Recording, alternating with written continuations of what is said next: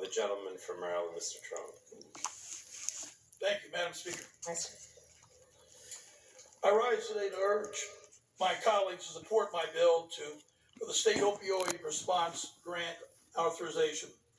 This bipartisan bill directly addresses the worsening opioid crisis by authorizing $10.5 billion over 6 years in grants to states and tribes.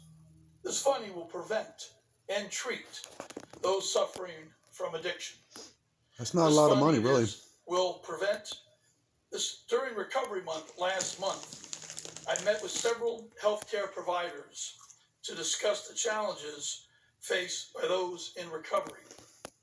We hear time and time again how individuals in recovery often struggle to access the resources they need. The bill meets the moment by giving states and tribes the consistent, necessary funding they need to meet their specific needs. I want to thank Energy and Commerce Chairman Pallone and Ranking Member McMorris Rogers and Health Committee Let me get this right. They're going to give up, was it $10 billion over 5 years? Let me get that back. Let me rewind that. Hold on a second. Pause. month. I met with several healthcare providers to discuss the challenges $10.5 billion over 6 years. By those in recovery. We hear time and time again how individuals in recovery often struggle to access the resources they need. The bill meets the moment by giving states and tribes the consistent, necessary funding they need to meet their specific needs. I want to thank Energy and Commerce Chairman Pallone and Ranking Member McMorris Rogers and Health Committee Subcommittee Chairwoman Eshoo and my friend Ranking Committee Member Guthrie for considering this bill. And thank you to our bipartisan sponsors. In particular, I want to thank Congresswoman Sherrill and Congressman Baird and Congresswoman Armstrong for their advocacy. I'm so grateful to the members of the Bipartisan Addiction and Mental Health Task Force for helping us get this over the finish line. When we put aside partisan politics and focus on the real issues and work hard, we can make a difference. For these reasons, I urge a yes vote on the state opioid response grant authorization. I yield back the balance of my time.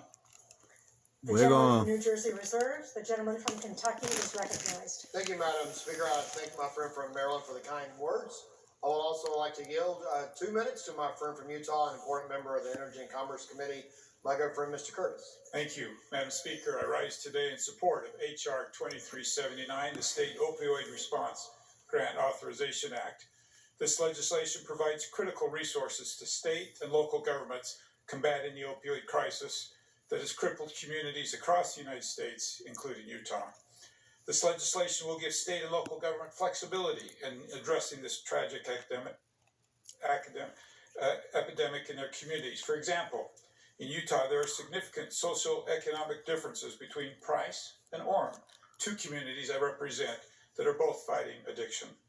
We have to allow experts on the ground to address these challenges accordingly, which is why I strongly support this legislation.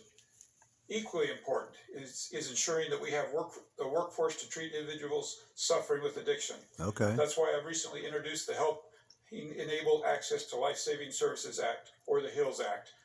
The HILS Act would complement the state opioid response grants with targeted federal dollars to help train future behavioral health care workers in areas of high need.